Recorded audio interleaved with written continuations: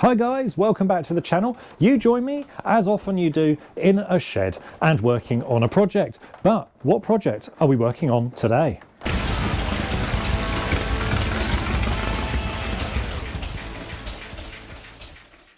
So today we are working on a continuation of the Foden project from the last video and a few other things. We're in the new year now and I've probably got to do some actual work as well. Bit boring, I know. So beside me here, pretty much where we left off in the last video, is the front wing panel. That wheel arch that goes on under the cab. You've got the second step forms part of it as well. And we left that on the trestle, panel bonded the damage, all clamped up, just waiting for that to go off. So that's done now, looking really nice, really tight. I'm really pleased with how this is looking. And the other really exciting thing, yeah, not that exciting, but the other good news is that I have found a piece of metal. Look at that. Yeah, you're going to be sort of saying, why is that so exciting, Doug? Well, I'll show you why that's so exciting. I have found this piece of metal that goes on here. On the other wing, it's actually stainless steel, exactly the same. This is a mild steel one, so it needs some cleaning up. It just bonds on in place like that, and it allows this panel to bolt to the cab. And you've got 3 bolts going through there to a flange that's virtually the same on the cab. Now we have 2 wing stays, one there and one there. This is what that one currently looks like. So we need to replace that. I have got some replacements, but basically those 2 stays alone are not enough to hold this end of the wing onto the cab. So I was starting to get a bit worried about what I do without this. It's not that complicated to make, but it does mean cutting a piece of metal to length, folding it at the right curve because it's not a sharp curve. So to find that in the pile of parts that I can just clean up and glue back onto the wing is a really good thing. So today we have to just clean this up a bit, take a look at that panel bonding. We've got to bond this back on. You can see I've started cleaning up and pulling off all this old mastic type rubbery glue stuff. That comes off fairly easy. I've just been getting a blade in behind there and pulling that off. So yeah, we're starting to get towards being able to prep this panel. The other thing that I've been doing is working on the battery box. Now I don't know if you can hear, but it is absolutely chucking it down outside. Yesterday was a dry day. I forgot to do the filming of it, but we managed to get the battery box off of the cab. This was a bit fiddly. We had one bolt really seized in. We actually had to get a torque converter on it to undo it. It was basically last step before cutting it off. But we've got a replacement battery box ready to go on, but I've got to do a bit of prep on that as well. So we need to degrease it, clean it, sand it and spray that at the same time as the wings because it's the same colour. The other thing we have, which is on the floor over here, on the messy floor, is these steps. Now these bolt to the battery box and this allows you to climb up onto the tread plate on the back of the cab to plug in your air lines and things like that. This grey primered one was sandblasted. This came off of the truck, but you can see there's a few holes. There's worse holes on the other side, but the replacement doesn't have holes, but it does have some cracks. So there's a crack there, there's a stress fracture, so crack up there. So we need to clean these out and weld those up. We've got one on the bottom there. We've also got one there, which we need to do something with. I'm contemplating cutting the bottom of this one off and replacing it with the bottom of the other one, because the grey one is much better. This one also has had a seized bolt in here and another one drilled and fitted beside it, which is absolutely seized up as well.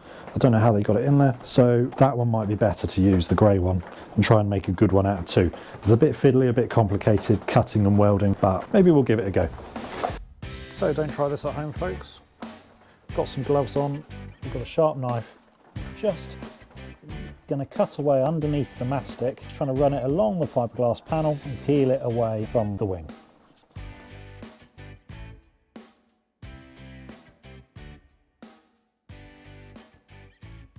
And I'm just going to leave the very last bit on there, so we've got something to line that up with in a minute. I did mark it, but it's hard to see, so I'm going to have to dab a bit of paint or something like that and measure it a bit more accurately. So let's turn this panel over and see what we've got going on. It's a bit awkward. That's much more rigid already.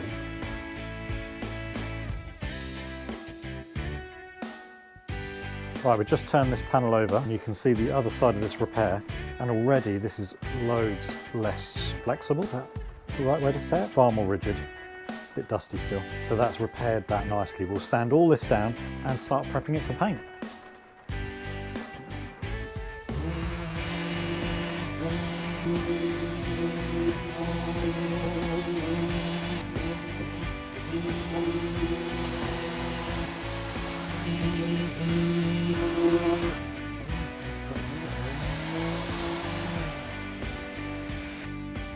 So guys, that's it.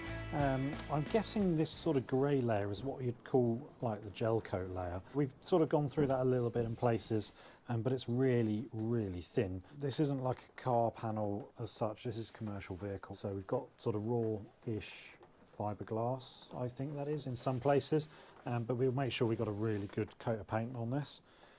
So this is the area we've repaired. You can see that's sanded down and it's looking quite good, but we have found a couple of other areas. So we've got a little bit of resin or something around this mounting hole for the side repeater.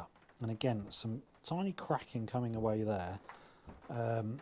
Below it, there, and also some here. So we're going to have a look at those, because otherwise what could happen is when we put the paint on, these cracks could come through and you'll have cracks in the top coat, which we don't really want in our fresh paint.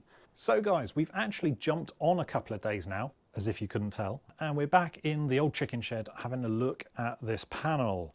So you've just seen some extra little cracking we found. I call this panel fiberglass. I don't really know what it is. It's very thin. It's got fibers in it. It's a bit graphite-y, plasticky. If you know what you'd actually call this material, let me know down below in the comments. I know I mentioned gel coat and fiberglass and things. It's not the grey or black plastic that you'd find a car bumper made out of. It's a really rigid material. It has got fibers in it, but it's not fiberglass in the way you know fiberglass. I don't really know what to call this surface coat. It's not a gel coat as such like I've ever seen before. It's more like the thickness of a coat of paint really. It just gives that grey plastic finish. Anyway, we've been working on repairing it and I think we've got there now with some sort of repair that's going to be sound. We won't know if it's actually worked for a little while once we get the top coat on and we see if any sort of cracks appear and come through or anything like that. There's one way to find out and keep track of whether that happens or not, and that is, of course, please, if you enjoy our videos or just like the look of what we're doing, go down there, hit the subscribe and like these videos. I know people ask all the time, give us a thumbs up if you've enjoyed this, let us know what you think. This is just me messing around in a shed and with my projects and a bit of work, etc. So if you enjoy it, please let me know. You may have noticed behind me when I mentioned work as well, I've been joined by a petrol pump somewhere behind me here. That's in for a little bit of welding. That's got to go down to the powder coaters later this week.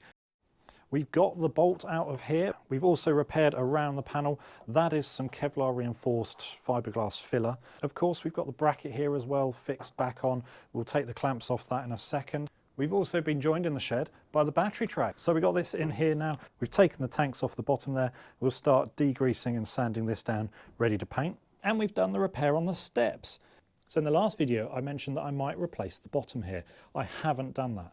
I actually decided to take some time with the welder and repair it. So where it's been a couple of days, there's a little bit of surface rust, but you can see where we've managed to do the repair there. On the bottom, I did manage to remove that bolt. You can just see where we've plug welded it there, and we managed to get that one out. We got the die grinder in there, we cut away at the nut, and that was the old trick of welding the nut back on to the remains of the bolt, and away it came. Let's take these clamps off. I used this because I didn't have a spare set of mole grips at the time, and then I found them. That looks really good. There's no way that's coming off. I'm pleased with that. Do you remember where that stay was on the side here? I was worried that wouldn't come undone. A little trick, we cut a slot in the top of the bolt there with the angle grinder, but that wasn't quite enough, just the screwdriver. All of a sudden I thought, why not use a spanner as well? So with the spanner over there and the screwdriver, we were able to work at this gently, and it undid. So just backward and forward, a good little tip is make sure that the thread is undoing and that you're not just going to shear it off.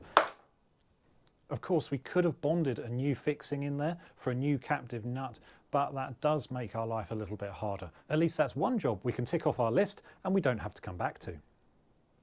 Had you noticed these additions in the shed as well? This is one of the air diffusers here. The other one is leaning against the wall here. We had the same issue needing to repair this as we have found with the wing. I'm going to flip these over and show you that extra cracking that we found over here. So here we are, you can see with the die grinder we've just chased out some of these cracks and drilled through in a couple of places. Hopefully they won't come through again. The last thing I want is all little spiderweb type cracks in the top coat. This one definitely has a thicker coating. This is much more like I'd expect a fiberglass panel to be. It's a lot thicker.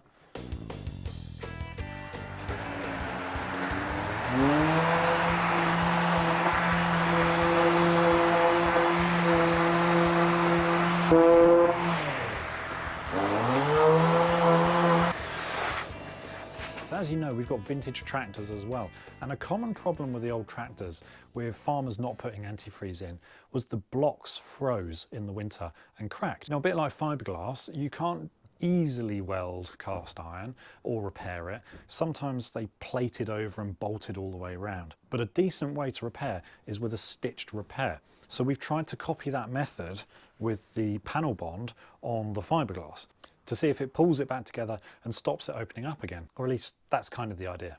So like we've said, I don't really know whether this is the right or wrong way to repair this panel. I've used the panel bond because it's really strong. In some cases, it can be stronger than welding when used with metal. That's why so many car manufacturers use it to bond car panels on rather than spot welding. It's ready for a little skim of filler over the top of that, and then we can get on with the rest of the prep.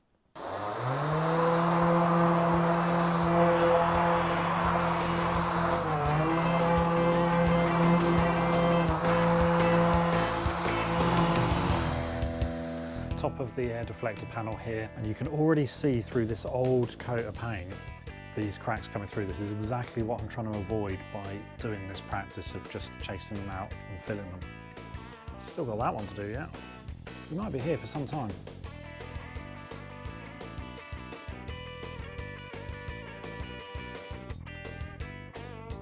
Just a short one today. Hopefully on the next Foden update we'll be getting some paint on these panels. It's chucking it down out there, so I'm not going to risk getting damp through the compressor and the air lines and painting these. So that'll be on the next video. But that's it from me here. I'm back onto some petrol pump work now. Join us for the next instalment on this one, and there will be some other projects coming soon as well. So watch this space. Thanks very much for following. We'll see you on the next one. Bye for now. Oh, there's more cracks down here.